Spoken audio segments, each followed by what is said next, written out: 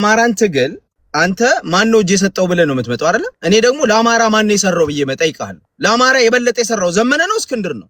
ምሬ ነው እስክንድር ነው? አስረስ ነው እስክንድር ነው? በምንድን ነው ዘመነ የሰራው? በምንድን ነው የሰራው? የአማራ ልጅ በእሳት አቃጥላለሁ እያለ እሱ ነው ለአማራ መስራት? ቆይ ጥያቄውን ልመልስ ወይስ አትፈቅድም? እስኪ መልስ። ከ5 ዓመት በፊት በላይ ጀምሮ ከ6 ዓመት በፊት በላይ ጀምሮ በአሁን ጊዜ ማለት ነው ዘሜ የአማራን ህብረተሰብ እንደሚያደራጅ በምን አደራጀ? ባን ሲቃወም ዘሜ እኮ ዘመነ የአማራን ህዝብ እንዴት አደራጀ? የጎጃምን ህዝብ አደራጀው። የአማራን በምንድን ያደራጀው? በጎጃም ስም አይደለም አንተ እንዳልከው አይደለማ እንዴ? ዘመነ ፋኖ የሰራው ጎጃም ውስጥ ነው ወንድሜ። ሌላ ቦታ ያደራጀው የለም። ቪዲዮቹ እኮ አሉ። ጎጃም ያለ አማራ ያለ ነው። ኖ አይ አማራማ ታዲዮስ ታንቱም አማራ በጎንደር እኔ አሮን አንደርስታንድ ኤኒዌይስ ሐሳብን ጨርስና ወደ ሌሎቹ እንሂድ። አንድ ነገር ልንገርህ።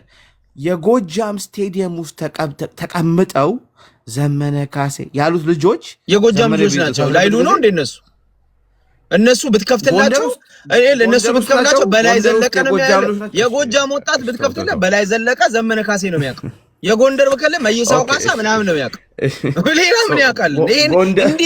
ምን እንዲሉ ነበር የፈለከው? ጎንደር ስቴዲየም ውስጥ የጎጃም ልጆች ተሰብስበው እኔ አሮን አንደርስታንድ ባህር ዳር ስቴዲየም ውስጥ ምን እንዲሉ ነበር የፈለከው? ይሄ እኮ ድንቁርና ነው። ኧረ በስመ አብ ወልድ።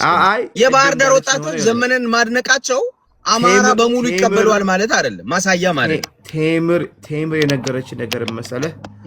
እንደውም እኔ ማምንበት ነገር በአሁን ደረጃ ትንሽ ከባድ ቢሆንም እንደ ዘመነ ካሴ አንድ ሰው ብላችሁ አንድ ሰው ኦኬ ብትቀበሉ እኔ በኮሌክቲቭ ሊደርሺፕ ማምንበት ዘመነ ካሴ ነው።